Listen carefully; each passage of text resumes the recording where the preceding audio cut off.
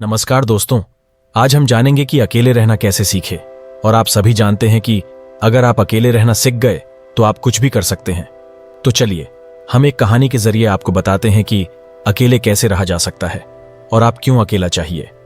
आपसे निवेदन है कि अगर आपको इस वीडियो में माध्यम नई प्रेरणा मिली हो तो इस चैनल को लाइक और सब्सक्राइब करना ना भूले। हलचल भरे महानगर के बीचों बीच, जहां रात के आकाश में शहर की रोशनी टिमटिमाती थी, एमिली नाम की एक महिला रहती थी जो दैनिक जीवन की सामान्य लय से कहीं अधिक गहन चीज की तलाश में थी। उनकी कहानी सॉलिट्यूड सिम्फनी हमें एकांत की परिवर्तनकारी शक्ति की एक जटिल खोज पर ले जाती है। एक ऐसी दुनिया में जो कभी शांत नहीं होती थी, एमिली की कहानी सामने आती है, जो उसके अर्थ की खोज, आत्मखोज और असाधारण रहस्योद्घाटन की एक ज्वलंत तस्वीर पेश करती है, जो एकांत की गहराई में उसका इंतजार कर रही थी। कहानी की शुरुआत पाठकों को एमिली की अराजक दुनिया में डुबोने से होती है। उसके दिन उच्च स्तरीय नौकरी की मांगों, सामाजिक दायित्वों और शहर की निरंतर बकबक में बीत जाते हैं। गतिविधि के बवंडर के बावजूद उसके भीतर अपने अस्तित्व के शांत कोनों के बारे में एक सूक्ष्म जिज्ञासा पनपने लगती है। यह जिज्ञासा उनकी बुजुर्ग पड़ोसी श्रीमती जेनकिंस के साथ एक आकस्मिक मुलाकात से जगी है, जिनके शांत आचरण और बुद्धिमान शब्द एमिली के भीतर आत्मनिरीक्षण की चिंगारी को प्रज्वलित करते हैं। इस प्रकार एकांत की क्षमता के प्रति उसकी जागृति शुरू होती है, जो उसकी परिवर्तनकारी यात्रा के लिए मंच तैयार करती है।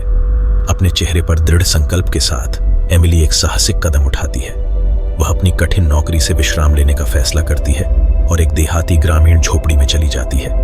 यहाँ प्रकृति की सिम्फनी के आलिंगन में एमिली की एकांत की यात्रा वास्तव में शुरू होती है। पाठकों को उसके शुरुआती संघर्षों को देखने के लिए आमंत्रित किया जाता है। चुप्पी की बेचैनी, असंरचित समय की बेचैनी और अपने विचारों का सामना करने की कठिन संभावना। वाक्पटु गद्य के माध्यम से कहानी एकांत में उसके क्रमिक अनुकूलन को पकड़ती है, जिसमें पत्तों की सरसराहट, पक्षियों के गीत और उसकी अपनी सांसों की शांत लय का वर्णन किया गया है। इस खंड में एमिली खुद को सचेतन प्रथाओं, रचनात्मक गतिविधियों और उपस्थित रहने के सरल लेकिन गहन कार्य में डुबो देती है। प्रत्यय अनुभव उसकी आत्मा पर एक अमिट छाप छोड़ता है। जैसे जैसे दिन हफ्तों में बदलते हैं, एमिली की यात्रा अंदर की ओर मुड़ती है। कथा उसके डर, सपनों और उसकी पहचान के असंख्य पहलुओं पर प्रकाश डालते हुए उसके मानस का एक गहन अन्वेषण बन जाती है।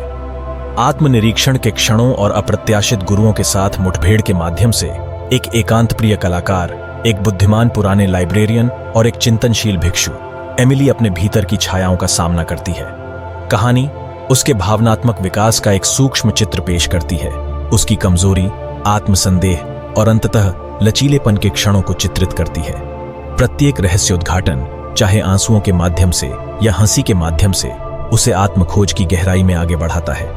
इस खंड में एमिली के परिवर्तन का उसके रिश्तों और उसके आसपास की दुनिया पर पड़ने वाले प्रभाव पर ध्यान केंद्रित किया गया है।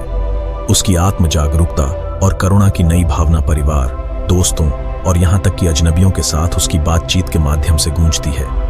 परस्पर जुड़ी कहानियों की एक श्रृंखला के माध्यम से पाठक उन सूक्ष्म लेकिन गहन तरीकों को देखते हैं जिनमें एकांत को अपनाना उसके आसपास के लोगों के जीवन को छूता है। एक परेशान किशोरी को उसके शब्दों में सांत्वना मिलती है। एक बिछड़ा हुआ परिवार उसके प्रभाव में फिर से जुड़ जाता है और एक समुदाय मानवीय संबंधों की सुंदरता को फिर से खोज लेता है। इन मार्मिक कहानियों के माध्यम से कथा एक व्यक्ति की एकांत यात्रा के दूरगामी प्रभावों को दर्शाती है। यह दर्शाती है कि व्यक्तिगत परिवर्तन सामूहिक परिवर्तन को कैसे प्रेरित कर सकता है। जैसे ही कहानी अपने चरम पर पहुंचती है, एमिली एक नई समझ के शिखर पर खड़ी हो जाती है। कथा एक शक्तिशाली रहस्योद्घाटन में समाप्त होती है। अकेले होने की शक्ति अलगाव में नहीं है, बल्कि स्वयं के साथ, दूसरों के साथ और ब्रह्मांड के साथ संबंध में निहित है। एमिली की यात्रा उस परिवर्तनकारी क्षमता का प्रमाण बन जाती है जो किसी के अपने मन की शांति में निहित होती है। निष्कर्ष अंत नहीं, बल्कि शुरुआत है। पाठकों से आत्मखोज की अपनी यात्रा शुरू करने का आह्वान, इस ज्ञान से लैस कि जीवन के कोलाहल के बीच सुनने की प्रतीक्षा में एकांत की एक सिम्फनी मौजूद है। अंतिम पैराग्राफ में जैसे ही एमिली शहर लौटती है, वह अपने साथ एकांत का ज्ञान लेकर आती है। हलचल भरी सड़कों पर शालीनता और शांत के साथ चलती है। अकेले होने की शक्ति का एक जीवंत अवतार। एक काव्यात्मक उपसंहार में कहानी पूर्ण चक्र में आती है। एमिली को उसके परिवर्तनकारी प्रवास के बाद उसके दैनिक जीवन में फिर से दर्शाती है। वह शहर जो कभी उसे अभिभूत कर देता था, अब एक अलग धुन पर नाचता हुआ प्रतीत होता है। शांति और आंतरिक शांति की धुन। पाठकों को आशा और प्रेरणा की गहरी अनुभूति होती है। उन्हें याद दिलाया जाता है कि जीवन की उथल पुथल के बीच एकांत की एक सिम्फनी है जो उन्हें आत्म खोज, लचीलेपन और उनके आसपास की दुनिया के साथ गहरे संबंध की ओर मार्गदर्शन करने के लिए इंतजार कर रही है। और इस प्रकार सॉलिट्यूड सिम्फनी का समापन होता है, जिससे इसके पाठकों के पास एक सिम्फनी गूंज होती है जो अंतिम शब्दों को पढ़े जाने के बाद भी लंबे समय तक